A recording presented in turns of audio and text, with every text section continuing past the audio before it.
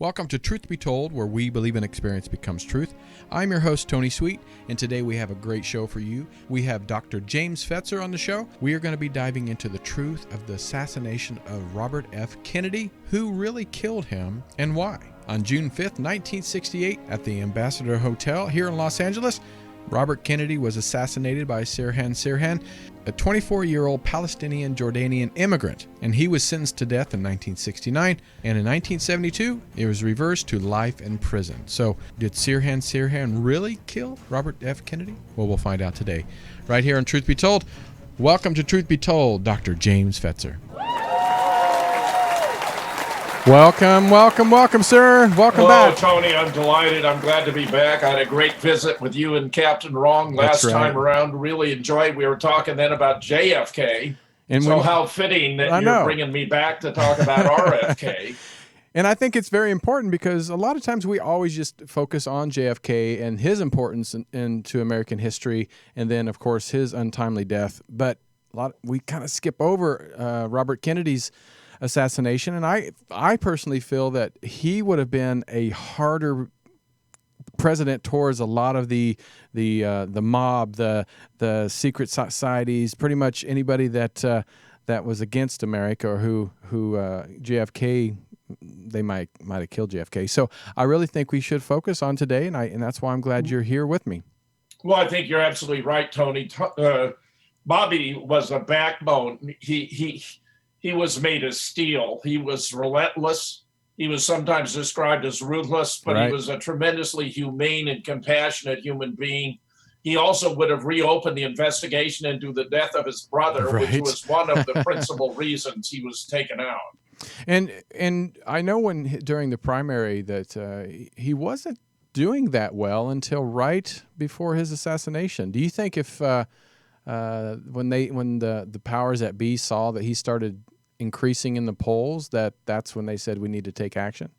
I mean, I think the trigger was winning the California primary. Yes, they had a plan in place as a contingency.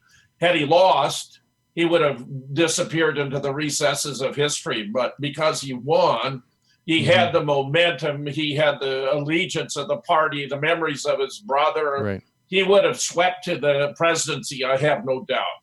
Well, I know you've put together an amazing presentation. You always, when we have you on, you come to probably the best prepared than anybody we have on. So how do we get started? Because I know a lot of people tune in for answers to Truth Be Told, and especially when they see you on. A lot of people trust your research and your judgment. Well, I do a lot of collaborative research, Tony, with best people to put together, findings that are well-founded scientifically. In the case of Bobby, we want to start with the official account, which you were summarizing. If you went to Wikipedia, for example, you'd find the summary we have in slide number 1. All right, let's get that on there. Go ahead.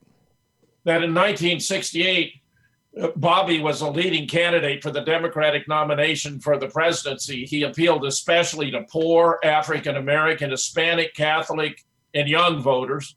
Shortly after midnight on July 5th, 1968, after defeating Senator Eugene McCarthy in the California and South Dakota presidential primaries, he was mortally wounded by Sirhan, a 24-year-old enraged Palestinian, and died the following day.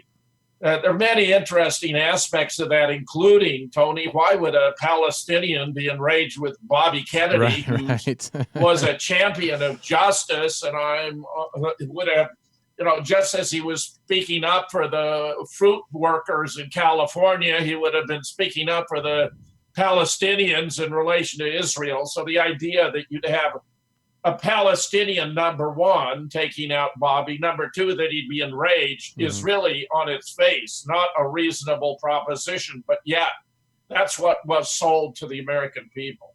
And I totally believe that. It's hard to believe that somebody of like you said, an immigrant or somebody that would have been a minority in this country would even think about turning their back or murdering Robert. It's hard to believe. Bobby, like Martin Luther King, was a great force for social justice and the idea that the downtrodden, I mean, look at those groups who were supporting him. These were typically the kind of people who didn't have political power.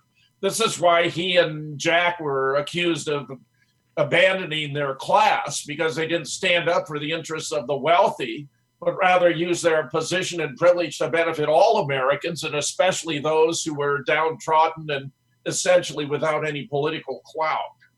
And, being here in Los Angeles, I've never had the opportunity because, now the Ambassador Hotel, and I guess if you want to go ahead and go to slide number 2, it is gone. Do you know how soon that they destroyed the hotel, or did it? Oh, I think it was some time after, Tony. It wasn't in the immediate aftermath, unlike, for example, Sandy Hook Elementary School, where everyone who was involved in the demolition of the building was required to take a lifetime gag order. Oh, really? So they couldn't talk about what they saw or did not see, which would have included no blood on the floors and no pockmarks in the walls from shooting that didn't take place. Wow. Well, what we're looking at here is really the essential elements from Bobby acknowledging his victory that night and then being led into the pantry where you see this worker, with Bobby already, having suffered a mortal wound, though it would be quite a few hours before he would expire. And the fact is that this is the key to the whole assassination, is this transition. He was supposed to be led out of the grand ballroom, Tony. Really? So so I'll come back to that point. Okay. Plus, there's a very interesting feature in that photograph of the young Filipino worker with Bobby that's cropped out here, to which I will return in the end, because Bobby had grabbed a tie, which is lying on the floor there, which is directly linked to the prime suspect for his murder. Let me ask you this. After, President Kennedy got killed, Secret Service must have really amped up their security on presidential candidates, the president himself. I'm just wondering how anybody would even get this close to a Kennedy, for one, and then a presidential candidate. How would this even happen? Well, bear in mind, I think Bobby was very much aware that the Secret Service had set up JFK. Right. So he had no confidence in the Secret Service. And that's why he relied on friends like Roosevelt Greer, for example, to provide his protection. And of course, Rosie's a great guy, but he's not a professional security expert. Right. Which meant Bobby was running certain risks. He clearly was willing to run them. He couldn't trust the Secret Service. So, he was counting on the people to protect him. And of course, it was not enough. Yeah, definitely not. Or we probably would have him here today. Well, I know you have a great video you wanted us to see, and can you? Yes, this begins with Bobby on the campaign, but the crucial part is the last minute. It's only a minute and 40 seconds. So you have about 40 seconds of campaigning, and then Bobby at the Ambassador and the sequence of events, which we'll now view. All right, here we go. 1963, Bobby's wilderness years began. He became convinced that America should withdraw from Vietnam. In his presidential bid, removing troops from Vietnam became a priority. He spelled it out in his final interview, given minutes before he was shot. Had more Americans killed there in the last several weeks than any time during the war. And we're now, 6 months ago, we were talking about bombing Hanoi, and we're concerned about that because we're going to kill civilians. Now we're killing large numbers of them as we bomb Saigon. I just think that we just have to change our policies, and I would hope that the Democratic Party would recognize that. So my thanks to all of you, and now it's on to Chicago, and let's win there. Thank you.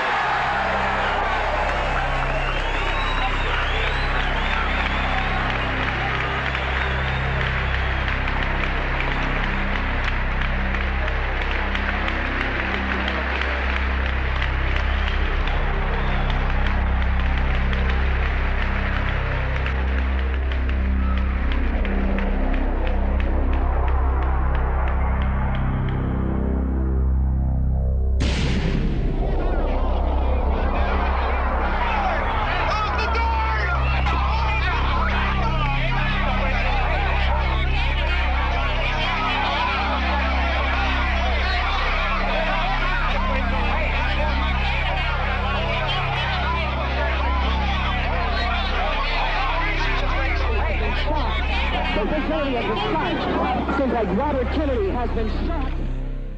Wow. Thanks for showing that, Tony. Sure, yeah. that's Now the sound is obviously inadequate because Sirhan unloaded 8 bullets, and then there were as many as 6 more. So you would have had a total of around 14 shots altogether, possibly even more, which obviously aren't captured in the audio track there. But if you go to the next slide, you'll see this was the key decision, was moving from the stage behind the lectern through the pantry, which I again affirm was not the plan. He was supposed to go out through the ballroom, and therefore whoever trusted aid led him to the pantry instead of through the ballroom, in my opinion, was a key player in the assassination. Let me ask you this. I know, when President Kennedy was assassinated, other people were injured. Was there other people injured? Yes, several were injured. Yes, there were. We'll talk about that. In fact, I'll go through, all those who appear to have been hit. Perfect. Okay. But if you look at the next slide, number 5, here you got Roosevelt Greer, another of Bobby's entourage, seeking to subdue Sirhan. And it was quite a melee. Sirhan was quite aggressive in firing at Bobby. As I observed, 8 different times he unloaded his .22 caliber revolver at Bobby. And Rafer and others were able to subdue him. Mm-hmm. The fact of the matter is he never got closer than about 3 feet to Bobby, which is going to become extremely important because, as the next slide shows, here we have the subdued Sirhan on the left, but on the right, we have an autopsy report talking about the first shot, the fatal shot, having been impacted behind his right ear from a distance of about 1.5 inches, Tony. Wow. What this means is Sirhan, and that's why I wanted to juxtapose them. That although Sirhan was arrested and convicted, and of course has been made infamous by the allegation that he had shot Bobby, the death was not caused by Sirhan. In fact, none of Sirhan's shots hit Bobby Kennedy. I know we may touch on this, but like Lee Harvey Oswald, he had a, you know this, the military background, traveled to Russia. Was Sirhan, was he military at all, or no? No, actually, he had a background as a jockey, believe it or not. He actually had his head injury in a fall from a horse in 1966, which may actually have set him up to be a prime candidate for some kind of form of mind control. We'll discuss this further, but it looks as though Sirhan was perhaps the closest thing we've seen in an actual assassination to a Manchurian candidate, not as the actual shooter in this instance, but as the patsy who served as a distraction while the real shooter took him out. And I know we'll go to the next slide, but you said that when he shot, he was to what side, behind? Because he was in front. He was always in front of Bobby. Because Sirhan was always in front of Bobby. Yeah. So we're going to go to this. I think initially maybe 15 feet, and then he got closer, but never closer than 3. And yet, as this slide shows, the shots that were incurred by Bobby were fired from his right side. And it's very interesting that the individual I will identify as the apparent shooter was actually a security guard who was escorting Bobby. He was holding his left arm, his right arm in his left hand, which accounts for the oddity of the angles of the trajectory, because he fired, it will turn out, 4 different shots, 3 of which actually hit Bobby. The wound behind the ear had powder burns, indicating it was fired at extremely close range. The estimate from 1.5 inches. There were 2 more wounds in Bobby, one in the right armpit and another several inches further down that involved impacting with the back of his neck, with his cervical vertebrae at the back of his neck. Now, was he killed instantly, or how long did he live after? afterwards? No. Yeah, he lingered on. My recollection is 8 to 10 hours. Wow, that's a long time. Yeah, but yeah, it was just one of those types of wounds for which there really was no satisfactory treatment. So, and he never made conscious. Was he conscious at all? Right. Or? No, he lost consciousness and never regained. Oh, that's too bad. I know the Kennedys, and it seems like there is a curse because there's always some timely death. This is a little off topic, but why do you think some of his brothers, like Ted Kennedy, I know he had incidents with someone dying in a car accident. Why do you think he never got assassinated? Just because he didn't run for president, or do you think that they just thought he was never make the impact that the other two were? Well, he actually made an effort on one occasion, but it wasn't successful. And in fact, they took him out basically with character assassination at Chappaquiddick with this old rickety bridge. The car went off the bridge. There was a woman named Joanne Kopechne in the back seat. I don't believe Teddy even knew she was there. Oh, but wow. she would drown during the event. Teddy would be held responsible, and basically it put end to any higher aspirations he might have had for public office. He did serve in a distinguished capacity as a United States Senator. However, virtually all sides have praised Teddy Kennedy as a very significant player in the U.S. Senate. Yeah, no, he was. I remember him just until maybe I think right after Obama was elected. That was when he passed away, I believe. That's right. It wasn't long thereafter. Yes. All right. Well, so go ahead. Well, we know that the autopsy showed that he had died from a bullet fired from 1.5 inches behind his ear. And he had these other shots that were fired from downward to upward angles. Mm-hmm. And just think of this security guard holding his right arm with his left hand, and so he could get his weapon, his handgun, which was of the same make and model as Sirhan, and fire upward toward Bobby, but making sure he got him behind the ear. Yet if you go to the next slide, Tony, what do we get from the police? Here's a summary of the police probe, which now you already know can't possibly be correct. Nearly 18 years after Robert F. Kennedy's assassination, the Los Angeles Police Commissioner on Tuesday, and this was dated March 5th, 1986, released a 1,500-page summary of the police investigation concluding that convicted killer Sirhan Sirhan acted alone. Sirhan fired the fatal shots that killed Senator Robert F. Kennedy and wounded 5 others, the report stated. There was no evidence of a conspiracy in the crime. The report also concluded that Sirhan was neither insane nor intoxicated and that he fully intended to kill Kennedy. The senator was shot at 12:15 a.m. on June 5th, 1968, in the pantry of the Ambassador Hotel. Following his victory speech after winning the California Democratic presidential primary, he died, I correct my earlier remark, 25 hours later at Good Samaritan Hospital. Sirhan, then 24, was immediately apprehended and never denied firing the fatal shots. Release of the 1,500-page summary Tuesday did little to mollify critics who've long sought access to the full 50,000-page police file on the assassination. But while Sirhan didn't deny firing the fatal shots, Tony, he couldn't recall having fired them.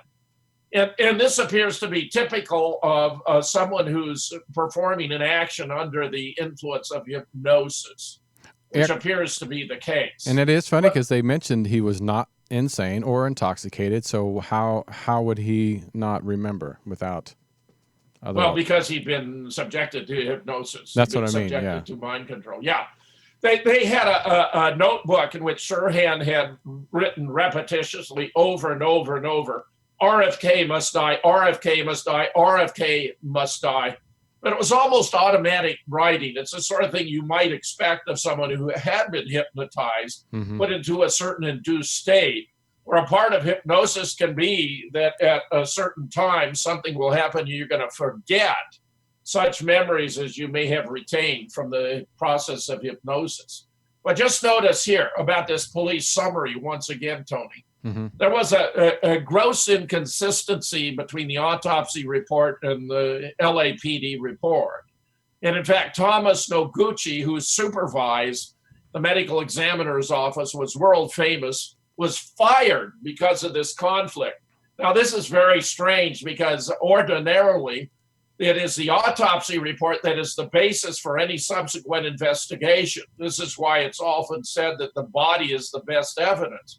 But in this case, they completely jettisoned the autopsy report and went with a police version, which I've just summarized, which of course implicates Oswald and ignores the medical evidence.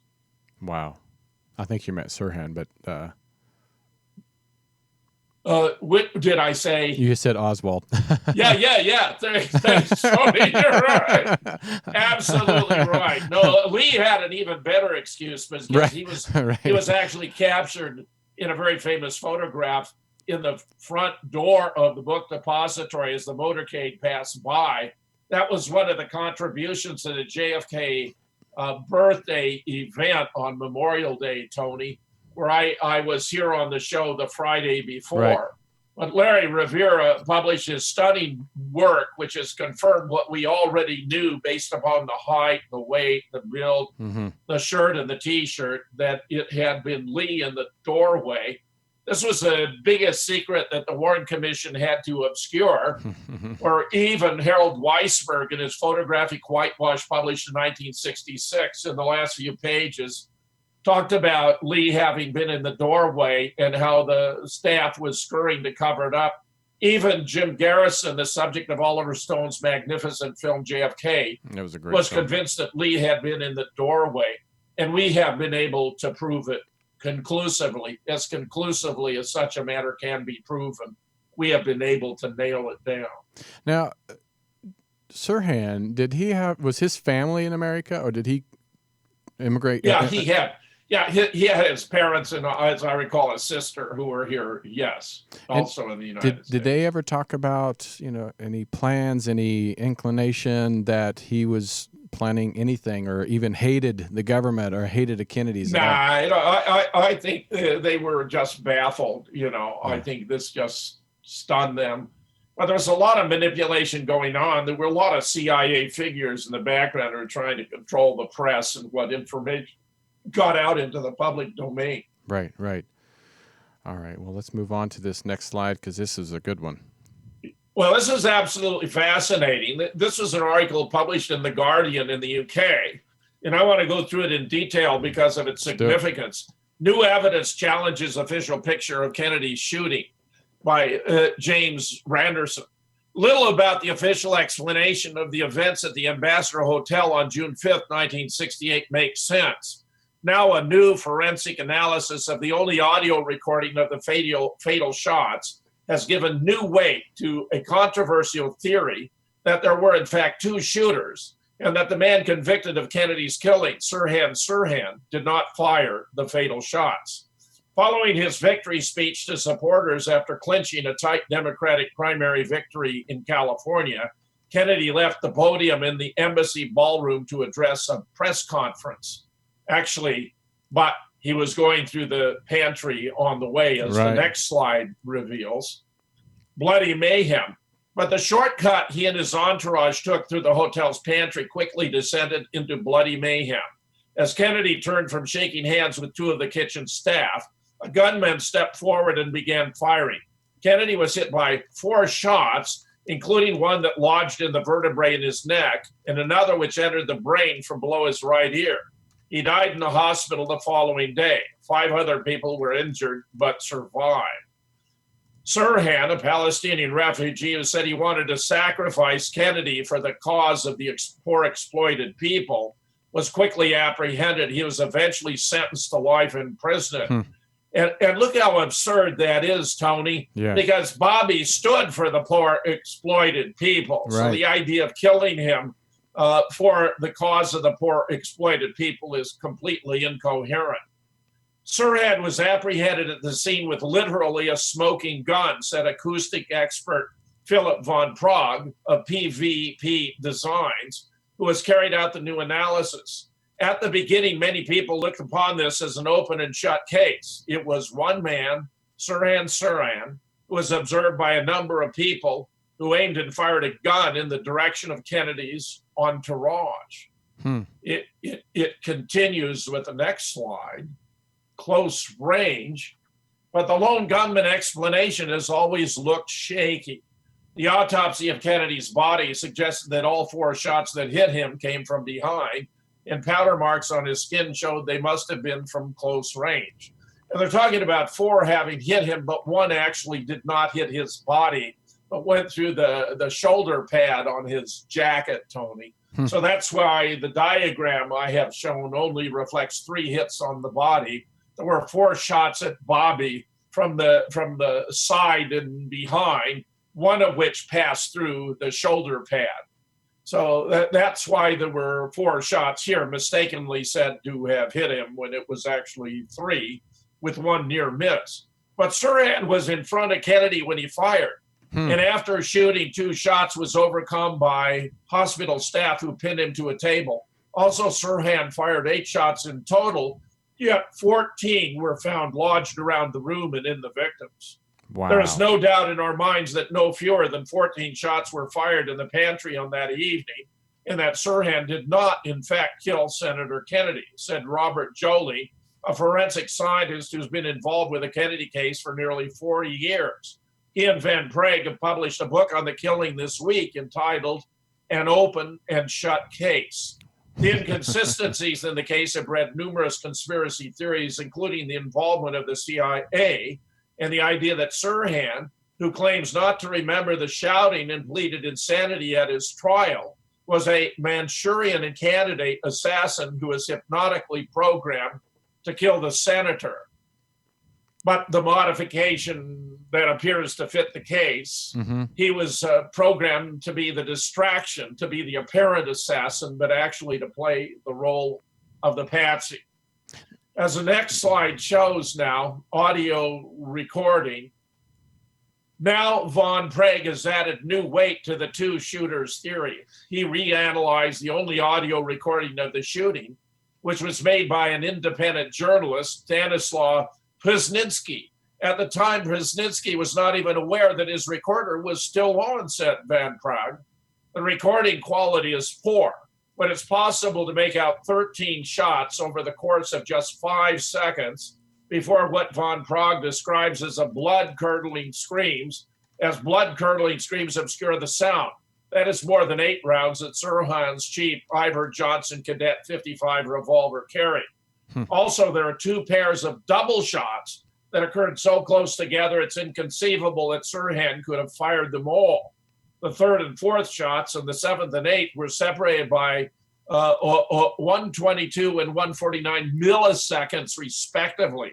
In tests, a trained firearms expert firing under ideal conditions could only manage 366 milliseconds between shots using the same weapon. And he was not being pinned to a table at the time. James, can I ask you real quick, who was most known for using from mental hypnosis to mind control at that time? What organization was most known for that? Well, that would be the CIA, and we have several reports related to it as we proceed. Perfect. So we'll pursue that. All right. Here in the last slide of this terribly important article, frequency anomalies. Lastly, 5 of the shots, 3, 5, 8, 10, and 12 in the sequence, were found to have odd acoustic characteristics when specific frequencies were analyzed separately.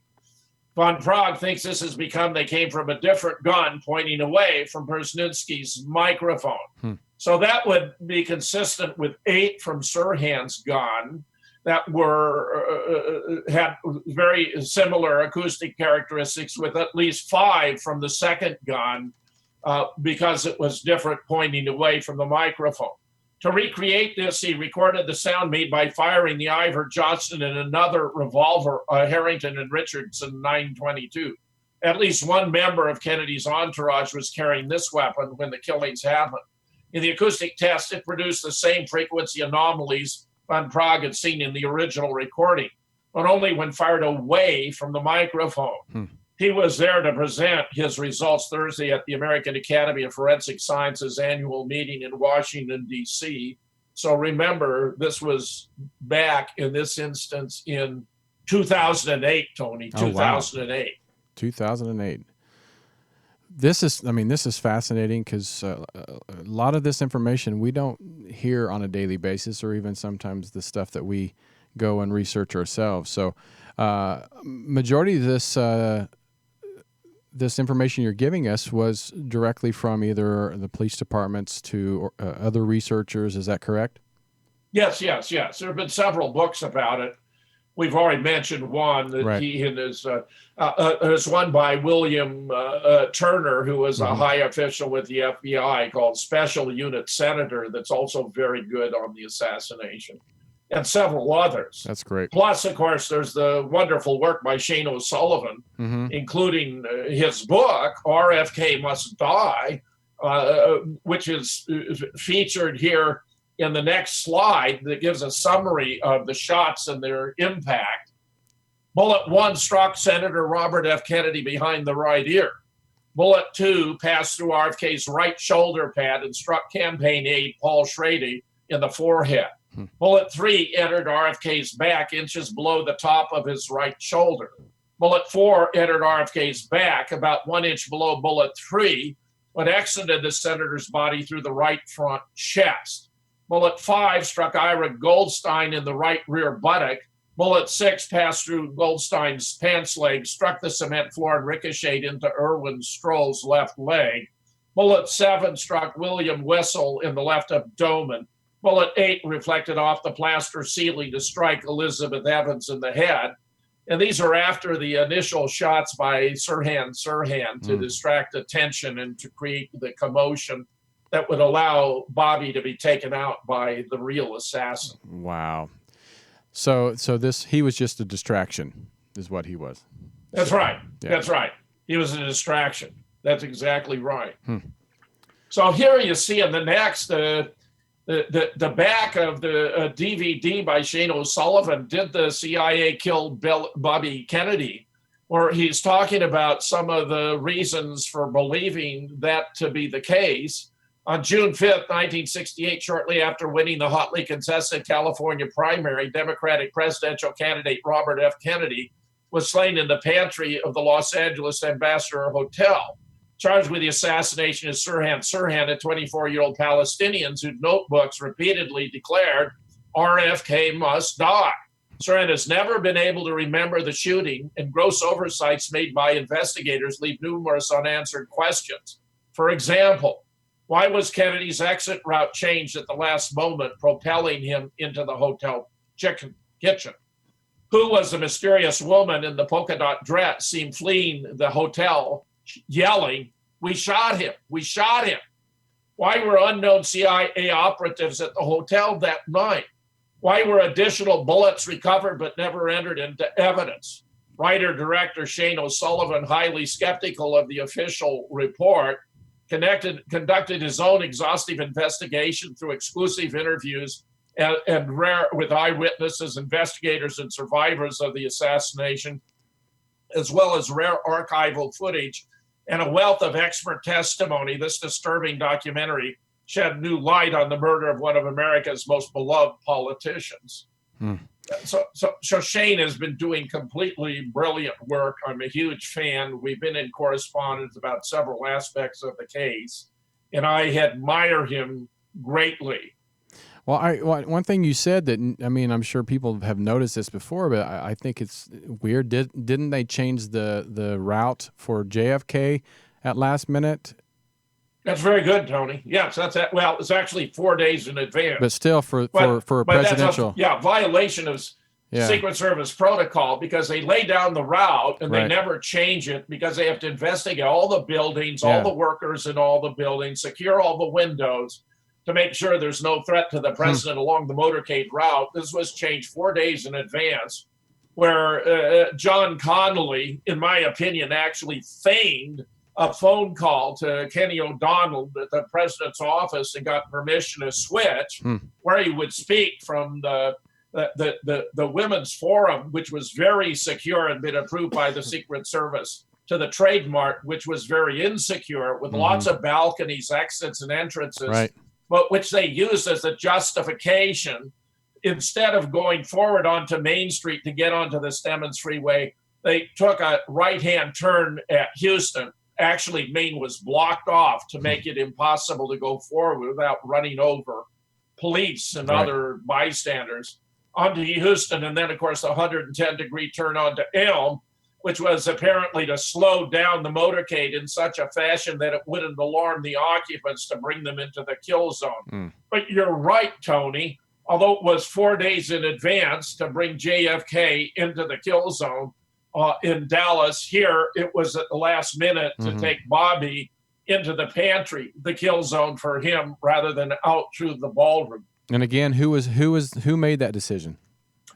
Well, but my impression, though, I can't claim this for 100% certainty. I believe it was Frank Mankiewicz, who was one of Bobby's most trusted aides. Really? Yes. That's interesting. All right, tell us about the polka dotted dress girl. Right. The next slide is really important because the polka dotted dress girl, Sirhan was seen in the hotel, including in the pantry itself, in the company of a girl wearing a polka dot dress. A girl and another male companion were seen running from the pantry after the shooting. RFK campaign worker Sandy Serrano, taking a break on a balcony, saw them run for the hotel. The woman gleefully shouting, "We shot him! We shot him!" When Serrano asked who they meant, the girl replied, "Senator Kennedy." Unbelievable as this sounds, their behavior was corroborated by LAPD officer Paul Shigera, who was told the same thing by an elderly couple in the parking lot behind the hotel. Shigera was the source of an all-points bulletin on the suspects. The girl was described consistently by most of the witnesses. Dirty blonde hair, well-built, with a crooked or funny nose, wearing a white dress with blue or black polka dots. There were many other witnesses to the polka dot dress girl in the hotel and in the company of Sirhan in the weeks prior to the assassination, including Tony at a shooting range. Oh, wow. Yes. So do you feel that she may have been a part of it, or is this, in the excitement that just she meant to say they killed him, they shot him, or do you feel? No, she was a part of the plot, and her polka dot dress appears to have had something to do with triggering Sirhan into taking the actions he took. This was definitely a part of the hypnosis to which Sirhan was subjected. That's crazy. That is crazy. Okay, well, let's keep moving on. We'll make sure we have go time. to the next. The conspiracy theories have included the presence of 3 officials of the CIA who were identified there. I have done 2 articles about Bobby, one JFK and RFK, the plots that killed them, the patsies that didn't, in VoltaireNet.org, an international journal edited by Thierry Masson, but also originally for the online journal as a contributing writer, RFK Outing the CIA at the Ambassador, where I cited the identification of 3 officials of the CIA at the Ambassador when Bobby was shot by Bradley Ayres, who knew all 3, and by Wayne Smith, who knew one of them very well. Objections have been raised to these identifications by Jefferson Morley and David Talbot, who claim to have disproven them. Their argument is based upon a fallacy known as special pleading, by only citing part of the evidence, which does not satisfy the requirement of total evidence, which insists that reasoning be based upon all of the available relevant evidence. Moreover, since they failed to identify the parties in question, they did not actually disprove Ayres and Smith, but at best have only raised doubts about them. Now, in this article, Tony, I went through all of the evidence, which is really quite extensive. We have many different witnesses as to what was going on here. And believe me, it bears out my observation that they just picked and chose what they wanted to present. This is the activity of a used car salesman who tells you it's got great upholstery and a terrific stereo, ignoring that the rings are shot and it needs a new transmission. Now, if you go to the next slide, as more and more of the witnesses' testimony is taken into account and subjected to a systematic assessment, the strength of support for the identification by Ayres and Smith becomes increasingly stronger and the evidence against weaker. Ironically, Shane O'Sullivan, who is largely responsible for uncovering the evidence that the three officials of the CIA were at the ambassador, eventually concluded that at least two of them were Bulova Watch Company employees. That inference is substantially overridden by the weight of the evidence, however, where the only mistake that he appears to have made was drawing the conclusion that he had initially been wrong. Here's one of the photographs from the ambassador, where the fellow to the left center has been identified as Gordon Campbell, to the right center is George Joanides, the third being David Sanchez Morales. And I have a special reason for having an interest in this case because I personally knew Bradley Ayres. He was an Army captain who was transferred to the CIA stationed at JW Wave in Miami, the only CIA base ever allowed on the continental United States, ignoring, of course, the headquarters at Langley. This was an operational base and the only one ever in the history of the CIA. And Bradley was emphatic. He had met all three of them. Interestingly, he'd even met Bobby Kennedy, who on one occasion visited JM Wave. So this is, in my opinion, very powerful evidence of the involvement of the CIA.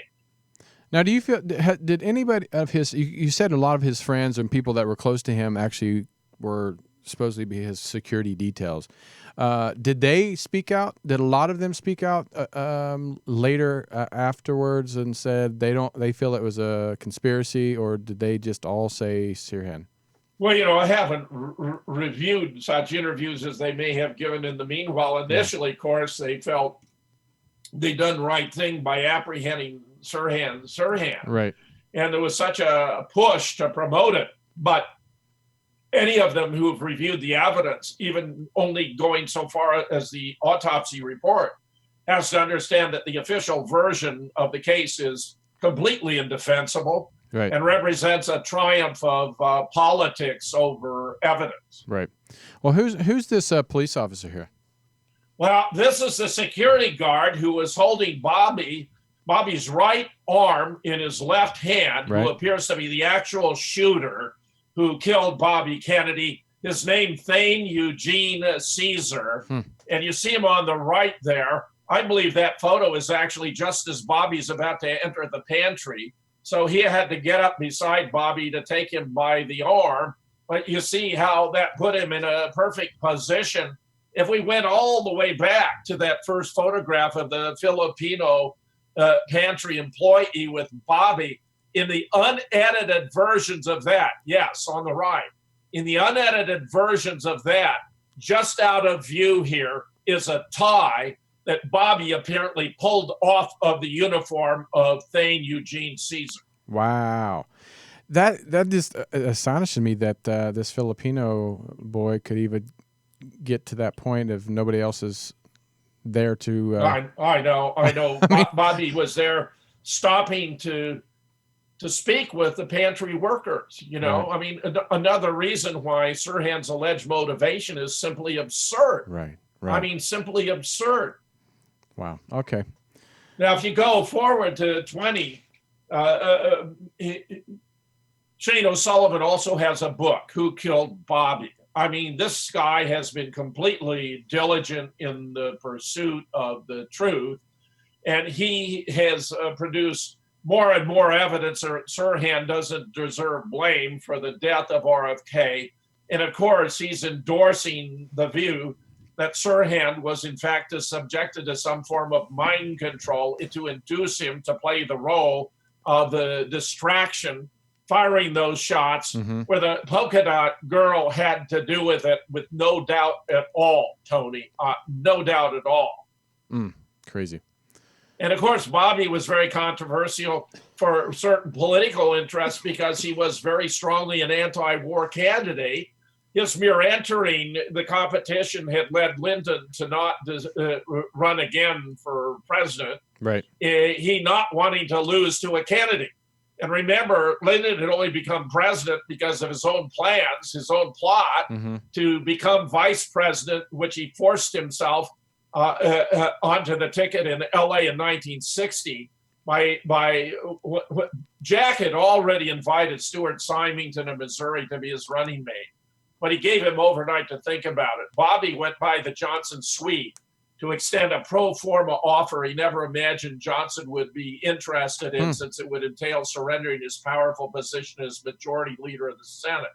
He was dumbfounded when Lyndon leaped on it and wouldn't let go. He hadn't been on their long list, much less their short, threatening to expose that Jack had Addison's disease and was not expected to live a long, healthy life, that he'd had dalliances with beautiful women, some of whom were spies for other countries, in particular East Germany. Right. This was information he'd been provided by J. Edgar Hoover, who was Lyndon's close personal friend and neighbor in Washington, D.C., and that if he were not on the ticket, then in his position as majority leader, he'd bottle up any legislative proposals sent down by the White House, which would be dead on arrival.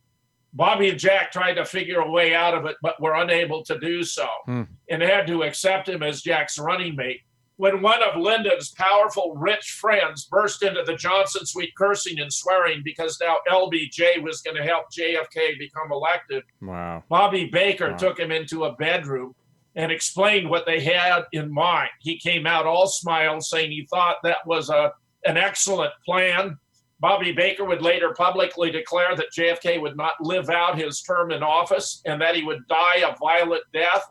And the fact of the matter is, we know in particular from Billy Saul Estes, who was a crony of Lyndon and John Connolly, and who knew personally Malcolm Mac Wallace, who was Lyndon's hitman, personal hitman, murdered a dozen people for Lyndon, including one of his own sisters, and Cliff Carter, who was his chief administrative assistant, that Lyndon sent Cliff Carter, his chief administrative assistant, down to Dallas to make sure all the arrangements were in place for the assassination. Wow. Well, just because of time, I know we have a few more slides. I can't believe it's already getting close to the end of the show. So, but you. That's right. Well, the next is further about the brainwashing theory, where in 2011, a lawyer for Sirhan, the confessed assassin, well, really, he didn't know, he'd had anything to do with it. Plans to present new evidence at a parole hearing suggesting he did not act alone, was potentially brainwashed, can't remember anything about the 43-year-old shooting. There's no question he was hypno-programmed. Lawyer William F. Pepper told ABC News he was set up, he was used, he was manipulated.